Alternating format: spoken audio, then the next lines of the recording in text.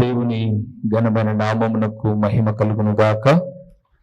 మన ప్రభువును రక్షకుడునునైన యేసుక్రీస్తుల వారి యొక్క ప్రశస్తమైన నామమునకే మహిమ ఘనత ప్రభావములు యుగయుగములకు కలుగును గాక. సర్వాధికారి అయిన దేవుడు ఆయన గొప్ప కనికరమును బట్టి మరొక శ్రేష్టమైనటువంటి శుభదినాన దేవుని మాటలు మనము ధ్యానము చేయడానికి ప్రభు మనకిచ్చినటువంటి ఈ గొప్ప సదవకాశం కొరకై దేవాది దేవునికి మనము ఎంతగానో కృతజ్ఞతాస్తుతులు చెల్లించవలసిన వారుగా ఉన్నాం. అదే సమయంలో దేవుని వాక్యము నిమిత్తమై దేవుని పాదముల చెంత కూడి ఉన్న దేవుని ప్రియబిడలైన మీ అందరికీ కూడా ప్రభు అయిన యేసుక్రీస్తు పేరట వందనములు తెలియచేయచ్చు ఉన్నాను. దేవుని వాక్యమును ప్రేమించి ఆత్మీయముగా బలపరచబడుతూ దేవుని రాకడ కొరకై సిద్ధపడుతూ ఉన్నాం. దేవుని ప్రియబిడలైన మిమ్మలను మీ కుటుంబములను నా ప్రభు అయిన యేసుక్రీస్తు నిండారులుగా దీవించునుగాక. ప్రభునందు ప్రియులారా, ఏదో ఒక విషయాన్ని మనం ధ్యానం చేసి మర్చిపోవడం కాదు, కానీ ప్రభు ఆత్మ ప్రేరణను బట్టి దేవుడు ఈ మాటలు చెబుతూ మనలను తన రాకడకు సిద్ధపరుస్తున్నాడు అని గ్రహించి కేవలం వినువారు మాత్రమై ఉండి మిమ్మల్ని మీరు మోసపుచ్చుకొనుకోకుండా వాక్య ప్రకారముగా ప్రవర్తించేవారుగా ఉండాలి అని ఒక దైవదాసుడిగా మనవి చేస్తూ ఉన్నాను. ఈ సమయంలో మనం ధ్యానం చేయబోతున్న అంశభాగం ఏమిటి అనగా, యేసు త్వరగా వచ్చుచున్నాడు, మనము ఏమి చేయాలి? ప్రకటన గ్రంథము 22వ అధ్యాయము 20వ వచనాన్ని ఒకసారి మనం చదువుకున్నామా? 22వ అధ్యాయము 20వ వచనము, ఈ సంగతులను గూర్చి సాక్ష్యమిచ్చువాడు అవును త్వరగా వచ్చుచున్నానని చెప్పుచున్నాడు. ఆమేన్. ప్రభు అయిన యేసు రమ్ము. చాలు. అపోస్తులుడైనటువంటి యోహాను గారు ప్రకటన గ్రంథ ముగింపులో రాస్తూ ఎన్నో పరలోకపు విషయాలు ముందంతా తెలియచేసి చివరిలో ఆయన ముగించక ముందుగా అంటున్న 20వ మాట ఏంటి అనంటే,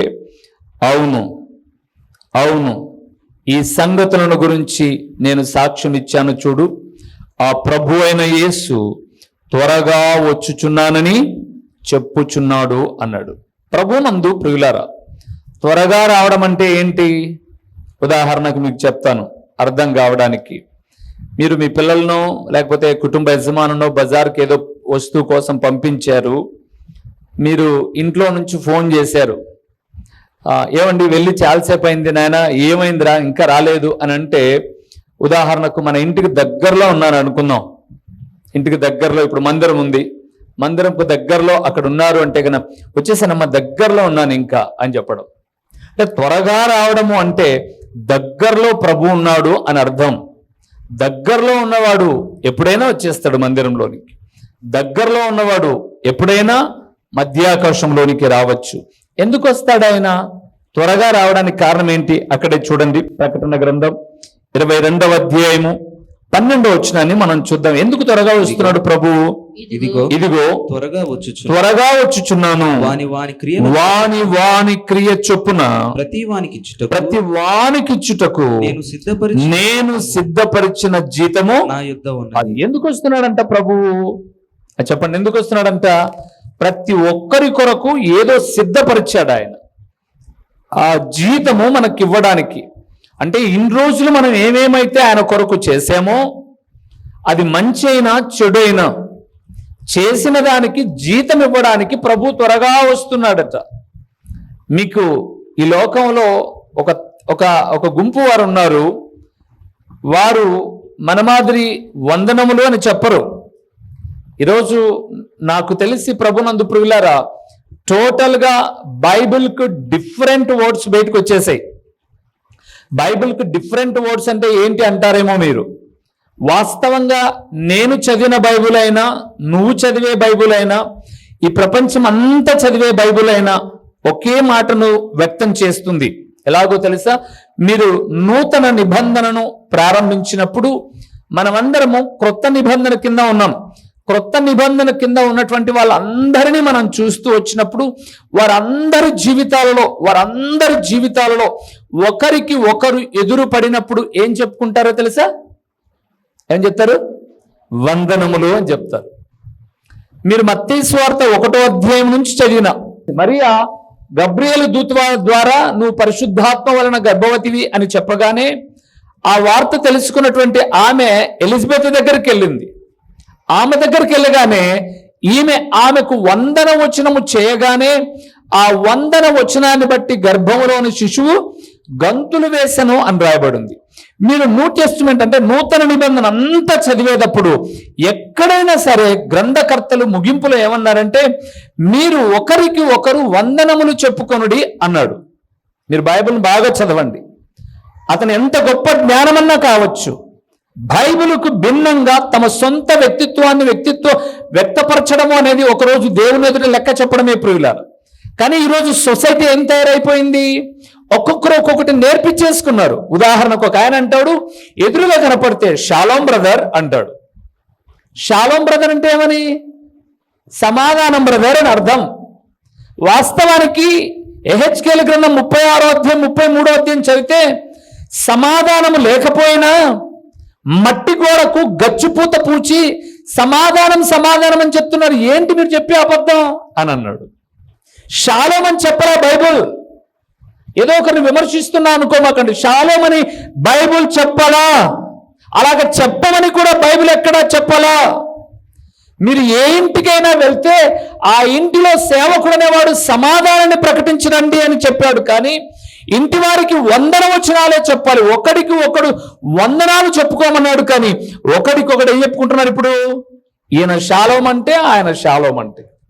అది ఒక ట్రెండ్ అయితే ఇంకో ట్రెండ్ చెప్పమంటారా మీకు? కొరింథీయులకు రాసిన మొదటి పత్రిక 16వ అధ్యాయము 22వ వచనాన్ని ఒకసారి మనం చూద్దామా? ఎవడైనను ప్రభువును ప్రేమింపకుంటే వాడు శపింపబడునుగాక. అక్కడ ఏమని రాబడింది? ప్రభు వచ్చుచున్నాడు అనే కాడ ఒకటి అంకె ఉంది. కింద ఏం రాయబడిందో చూడండి. మూల భాషలో ఆదిమ భాషలో రాయబడిన మాట ఏంటట? మరన్ ఆత అనగా ప్రభు వచ్చుచున్నాడు, లేక ప్రభు వచ్చి ఉన్నాడు, లేక ప్రభువా రమ్ము. ఇందాక నేను చెప్పిన తెగ షాలోం అని అంటే, ఈ తెగ వారు ఏం చెప్తారంటే ఎక్కడైనా వెళ్ళండి, వారు చెప్పే మాట ఏంటంటే అన్నా వందనాలన్నా, వందనాలక్క అని అన్నారు. మరణాత బ్రదర్, మరణాత సిస్టర్. ఒకవేళ ప్రభువే చెప్పాల్సి వస్తే ఆ మాట చెప్పడా? ఇలాగ మీరు ఒకరినొకరు పలకరించుకోండి అని ఆయన చెప్పనివి ఒక సంస్థ వారు తమ వ్యక్తిత్వాన్ని వ్యక్తపరచుకోవడానికి. అంటే ఇప్పుడు నేనున్నాను, ఇది నా ద్వారా ఒక బయలుపడడానికి, ఒక మాట బయటికి వెళ్ళడానికి వాడుకునే పదం మరణాత. ఎన్ని అర్థాలు ఉన్నాయి అక్కడ? ప్రభు వచ్చుచున్నాడు అని ఒక మాట ఉంది, ప్రభు వచ్చి ఉన్నాడు అని రాయబడింది, ప్రభువా రమ్ము అని రాయబడింది. సరే, ఇప్పుడు నేను మరణాత అన్నాను అనుకుందాం, ప్రభు వచ్చుచున్నాడు అని నేను అన్నాను అనుకుందాం. ఆ వ్యక్తి కూడా మరణాత బ్రదర్ అన్నాడు అనుకుందాం. ఆ వ్యక్తికి రక్షణ లేకపోతే నేను ప్రభు వచ్చుచున్నాడు అని నేనంటే, ప్రభువును రమ్మను అని ఆయనంటే, ఉన్న పలంగా ప్రభు వస్తే ఎత్తబడే గుంపులో ఉంటాడా వాడు? ఎలాగ మరి? మనిషి ఆలోచన ధోరణి తమ యొక్క గొప్పను చేసుకోవడానికి దేవుని వాక్యాన్ని తమకు అనుకూలంగా మొలచుకోవడం ప్రభు మెచ్చుకోడు ప్రియులారా. వీళ్ళందరూ నేనైనా, ఇప్పుడు నేను తప్పు చెప్పాను అనుకోండి, నన్నేం విడిచిపెట్టాడు దేవుడు. నేను ఆయన ఎదుట నిలబడాలి.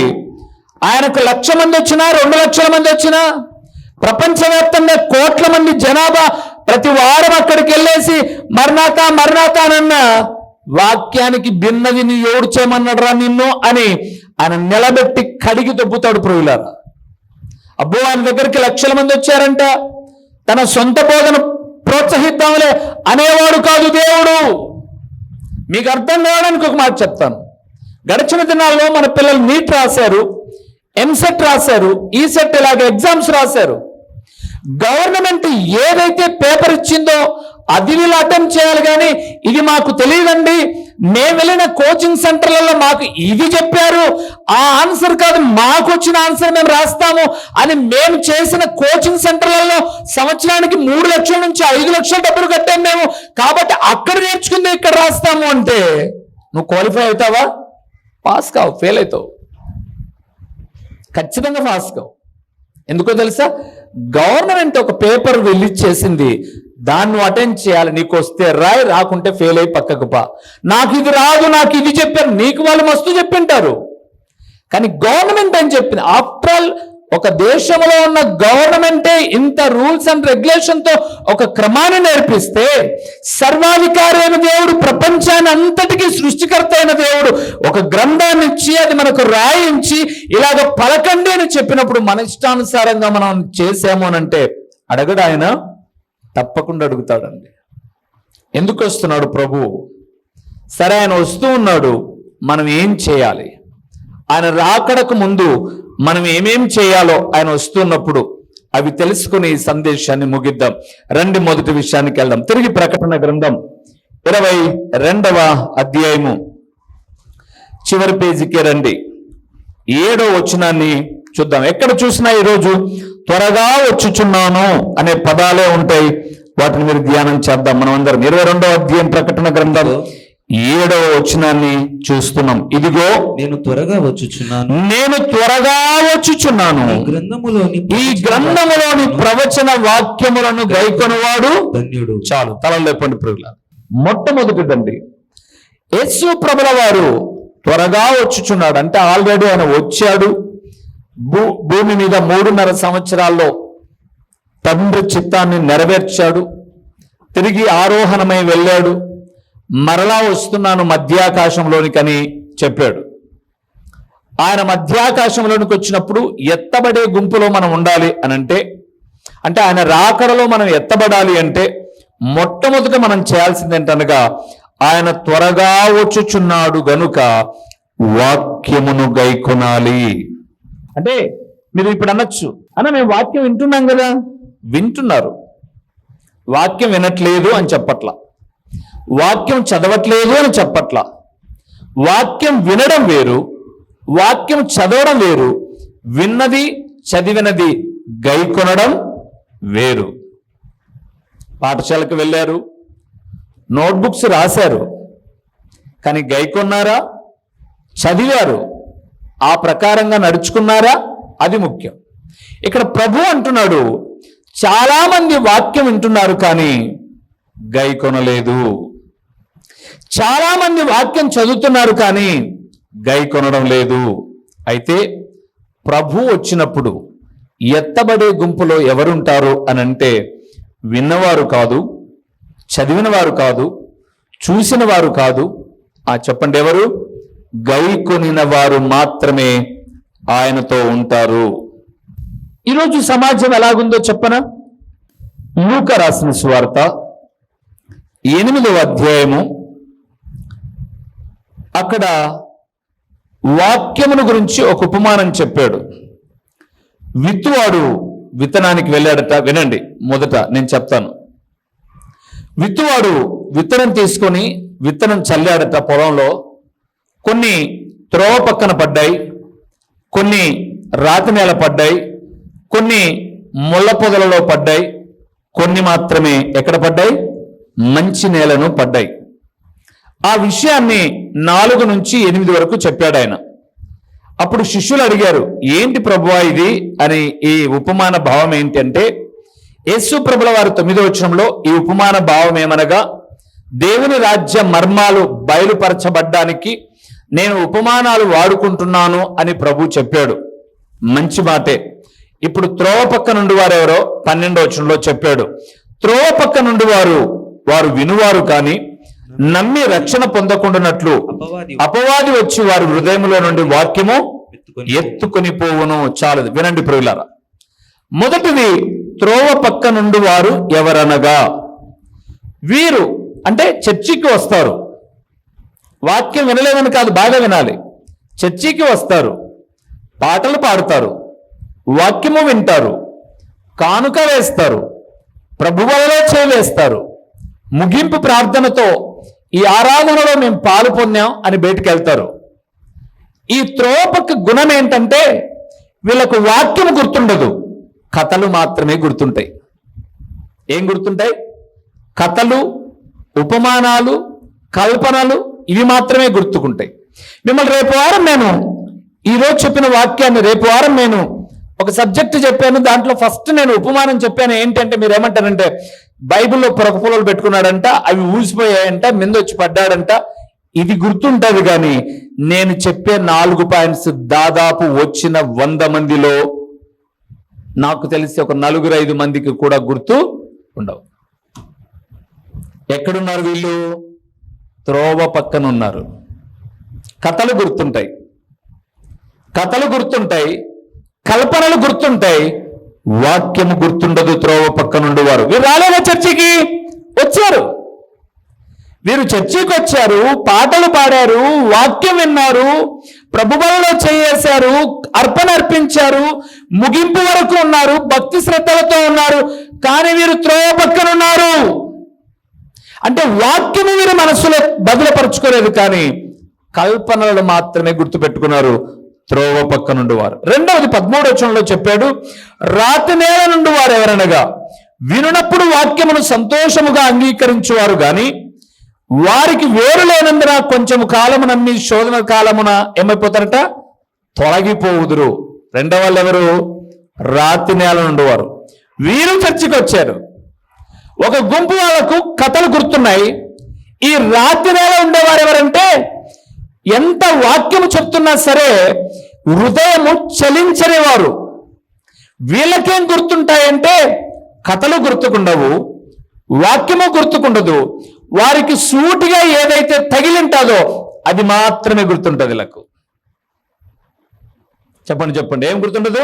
కథలు గుర్తుండదు, వాక్యము గుర్తుండదు. ఏదన్నా వాక్యము సూటిగా వాళ్ళకి తగిలింటే చూడండి, ఆయనకు ఎందుకండి?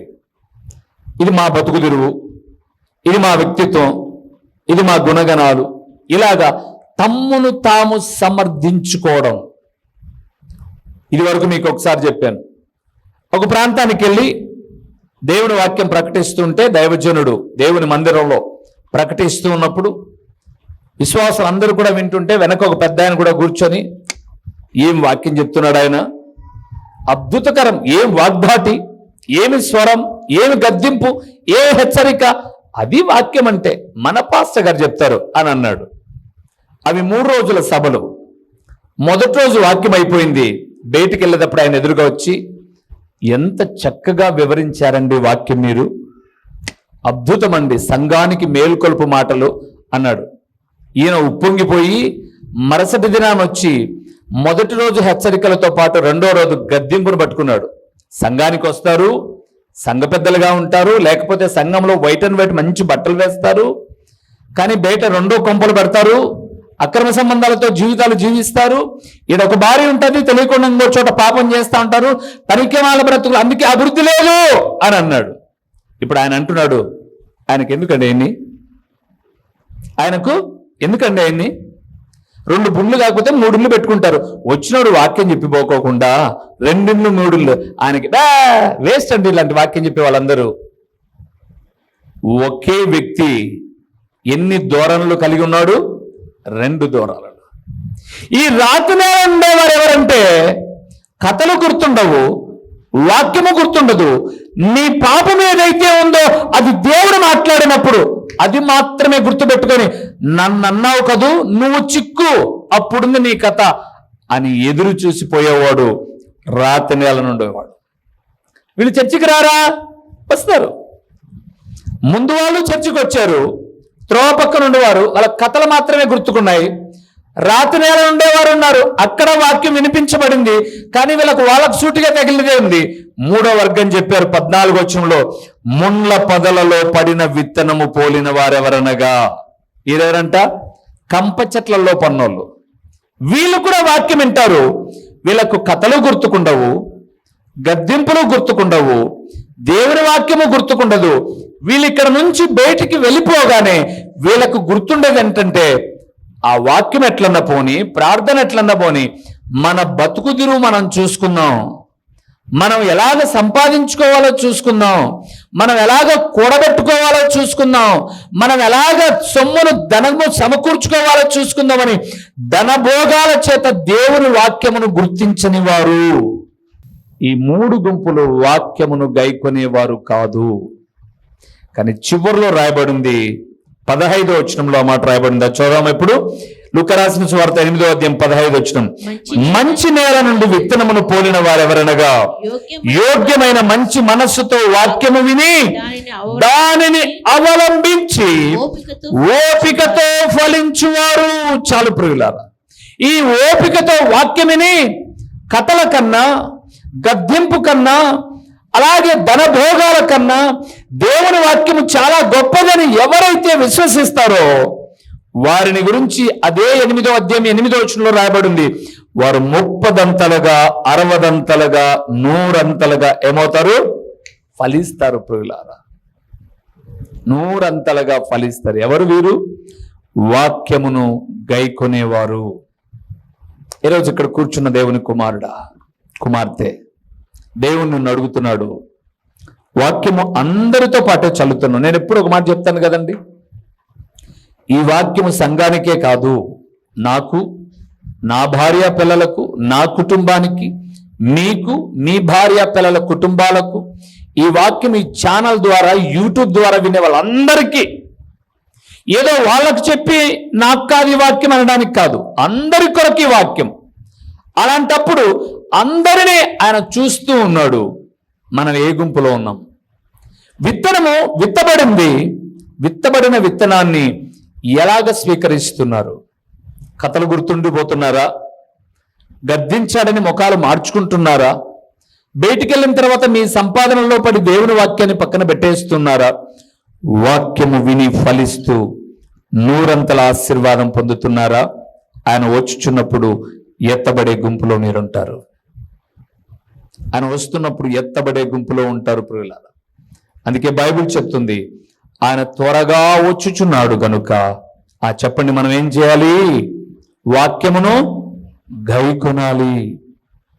ఆయన వస్తున్న సమయానికి ఎవరయ్యా ఆయనను మధ్యాకాశములో కలుసుకొని వరుడైన ప్రభుతో పరమన విందునకు వెళ్తారు అని అంటే, ఎవరైతే వాక్యమును గైకొంటారో వారు మాత్రమే ప్రభుతో ఉంటారు. రెండవ విషయాన్ని చెప్తాను ప్రియులారా. తిరిగి ప్రకటన గ్రంథానికే వెళ్దాం.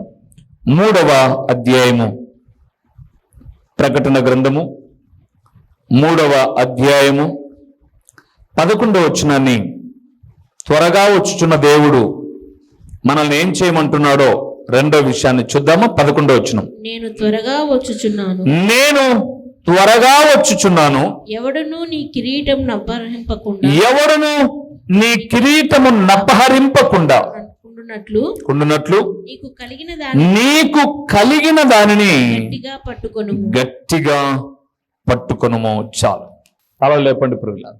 రెండవది, ప్రభు త్వరగా వచ్చుచున్నాడు గనుక మనమేం చేయాలంటే మనకు కలిగిన దానిని గట్టిగా పట్టుకోవాలి. గట్టిగా ఎప్పుడు పట్టుకుంటాం చెప్పండి? ఆ వస్తువు విలువైనదైతే, విలువైన వస్తువు అయితే చాలా జాగ్రత్తగా పట్టుకుంటాం. కొన్ని ప్యాకెట్స్ మీద కొన్ని పదాలు రాసింటారు, హ్యాండిల్ విత్ కేర్ అని. ఈ యొక్క వస్తువు చాలా సున్నితమైనది, చాలా జాగ్రత్తగా పట్టుకోండి, చాలా జాగ్రత్తగా పట్టుకోండి. మన చేతిలోకి వచ్చే వస్తువు విలువైనదైతే చాలా జాగ్రత్తగా పట్టుకుంటాం. బంగారు కమ్మలు ఇప్పిస్తున్నారు అనుకోండి, జాగ్రత్తగా పట్టుకుంటాం. అవే ఇత్తలి అనుకోండి, అడబెట్టు అంటాం. అంటే మనం గట్టిగా పట్టుకోవాలి అంటే అదేదో చాలా విలువైనదై ఉండాలి.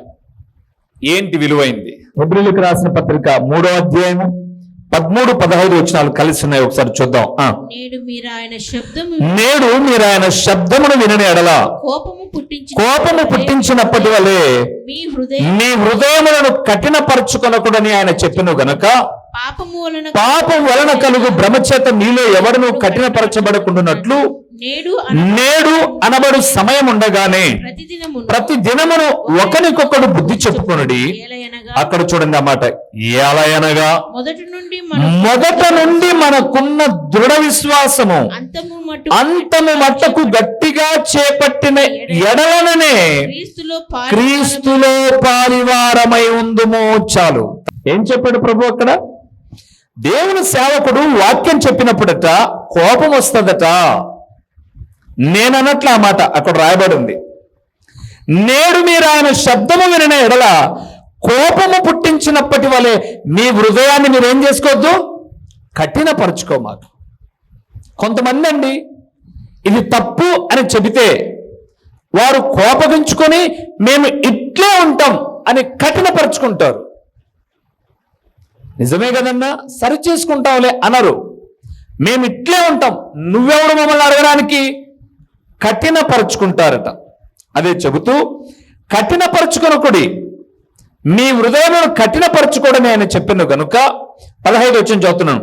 పాపము వలన కలుగు భ్రమ చేత మీలో ఎవడను కఠినపరచబడకుండానట్లు నేడు అనబడు సమయం ఉండగానే ప్రతి దినమును ఒకరికొకడు బుద్ధి చెప్పుకుంటూ మొదటి నుంచి ఏ దృఢము అంటే గట్టిది, బలమైనది విశ్వాసం ఉన్నిందో ఆ విశ్వాసమును అంతము వరకు ఎలాగ పట్టుకోవాలంట? గట్టిగా. లేపండి తలలు చెప్తాను. రెండవది ప్రియులారా, ఆయన త్వరగా వచ్చుచున్నాడు కాబట్టి విశ్వాసమును గట్టిగా పట్టుకోవాలి. మొదటిది వాక్యాన్ని గైకొనాలి, రెండవది విశ్వాసాన్ని. నేను ఒక మాట మీకు చెప్పి ముందుకు వెళ్తాను. ఈ లోకంలో ఏది పోగొట్టుకున్నా సంపాదించుకోవచ్చు, ఏం పర్లేదు. కానీ విశ్వాసాన్ని మాత్రం ఏం చేయకూడదు, పోగొట్టుకోకూడదు. దేవుని ఎడల ఉన్నటువంటి స్థిర విశ్వాసాన్ని కోల్పోకూడదండి. నేను బైబిల్ గ్రంథాన్ని చదువుతున్నప్పుడు చాలా పర్యాయాలు చెప్పాను. లూకాసు వార్త 18లో ఆయన రాయబడింది, అయినను మనుష్య కుమారుడు భూమి మీదకి వచ్చినప్పుడు భూమి మీద విశ్వాసము కనుగొనునా అన్నాడు. అంటే దేవుడికే ఆలోచన ఆశ్చర్యం కలిగించిన సంగతి ఏంటంటే, శ్రమలు వచ్చినప్పుడు ఎంతమంది విశ్వాసులుగా నిలబడతారు? ఈరోజు మనం అందరం బాగానే ఉన్నాం, అందరం బాగున్నాం కాబట్టి బాగున్నాం. ఉన్న ఫలంగా పరిస్థితులు తారుమారైపోయినప్పుడు మన విశ్వాస పరిమాణం ఎలా ఉంటుంది? మీకు ఒక మాట చెప్పానా? నాకు తెలిసిన సమాచారం మేరకు, నాకు తెలిసిన సమాచారం అంటే నేనేం రాజకీయ నాయకుడిని కాదు, కానీ ఎవరైనా చెబుతుంటే విన్న వార్త ఏంటంటే 2029 వరకు ఎన్నికలు ఉండకపోవచ్చు. ఎందుకంటే ఈ మధ్య కాలంలో ఒక బిల్లు గురించి ప్రస్తావన జరుగుతుంటే న్యూస్లో చూశాను, బహుశా 2027లో జమిలి ఎన్నికలు రావచ్చు. అప్పుడు అందరినీ ఒక తాటి మీదకే తీసుకొచ్చేస్తారు. దానికి ముందుగా ఆల్రెడీ ఇప్పుడు తెలంగాణలో కులగణన అనేది ప్రారంభమయ్యి ముగింపు కూడా అయిపోయింది. అంటే ఏ కులపు వాళ్ళు ఎంతమంది ఉన్నారు, వీరు ఎస్సీనా, వీరు ఎస్టీనా, వీరు బీసీ సీనా, ఏనా, బీనా, సీనా, డీనా, ఈనా, ఓసీనా, ఏ తెగకు చెందిన వారు, టోటల్గా తెలంగాణలో 5 కోట్ల మంది జనాభా ఉంటే 5 కోట్ల మందిలో ఎస్సీ వాళ్ళు ఎంతమంది, ఎస్టీ వాళ్ళు ఎంతమంది, బీసీ వాళ్ళు ఎంతమంది, ఇలాంటి కులగణన చేశారు. మా చిరునామా దైవజనులు బ్రదర్ ఓ రూబేన్ గారు, క్రీస్తు ప్రార్థనా మందిరం, డోర్ నెంబర్ 1-10-386, నగరిగుట్ట, పులివెందుల, కడప జిల్లా. మీ ప్రార్థనా అవసరాల కొరకై సెల్ నంబర్ 9989067409.